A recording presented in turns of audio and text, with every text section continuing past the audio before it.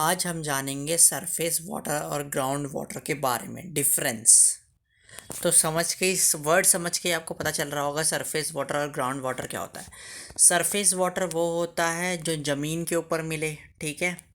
और ground water जो होता है जो आपको क्या बोलते हैं, डिग करके पोरस, जैसे एग्जाम्पल ले लो कुएं का, जो वेल कहते हैं इंग्लिश में।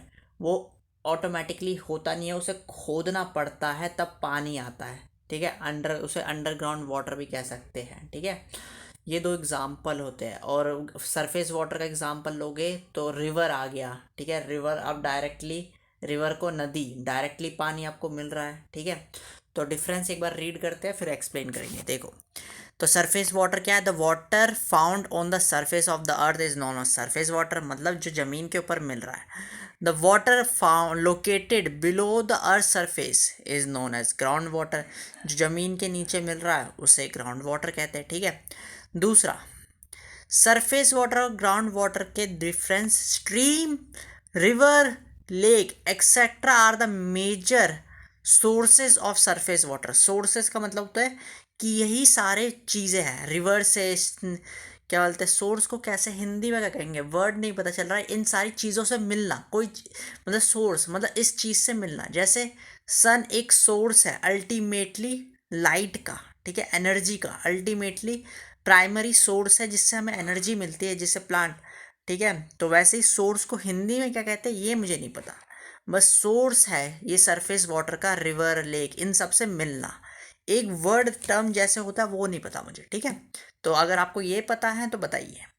उसके बाद जो ग्राउंड वाटर है वो स्टोर होते हैं पोरस और सॉइल लेक में, मतलब सॉइल में और रॉक्स में अंदर दबे हुए होते हैं, ठीक है। आपने हॉट स्प्रिंग वाटर के बारे में सुना होगा, ठीक है। वो पानी गर्म क्यों होता है? क्योंकि ज़मीन के अंदर हीट बहुत ज़्यादा होती है। और जब आप कोया खोदते हो तो कभी कभी ठंडा पानी आता है, बस कभी कभी गर्म पानी भी आता है। उसे हॉट स्प्रिंग्स ही कहते हैं, ठीक है। वो इसलिए होता है क्योंकि पानी गर्म हो गया है, ऐसी जगह में था जहाँ पर अर्थ के बिलो में बहुत ज़्यादा हीट थी, तो वो हॉट स्प्रिंग वाटर का एग्जाम्पल होता है, ठीक है। दूसरा, it can be directly use for irrigation. जो सरफेस वाटर है हम डायरेक्टली यूज़ कर सकते हैं इरीगेशन को बारे में। इरीगेशन के बारे में मैंने पहले बताया था, तो अगर अभी तक नहीं देखी तो प्लीज़ जाके देखिए। और फिर इसके बाद ग्राउंड वाटर।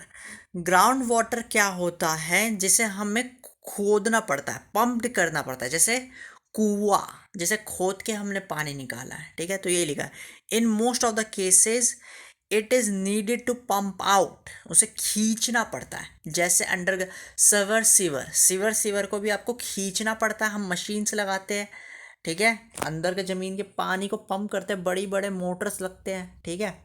तो यही सारे एग्जाम्पल थे। तो कोई डाउट हो तो कमेंट करके मुझसे पूछिए, मैं सारे डाउट क्लियर करने की कोशिश करूँगा आपकी। So bye bye and have a nice day.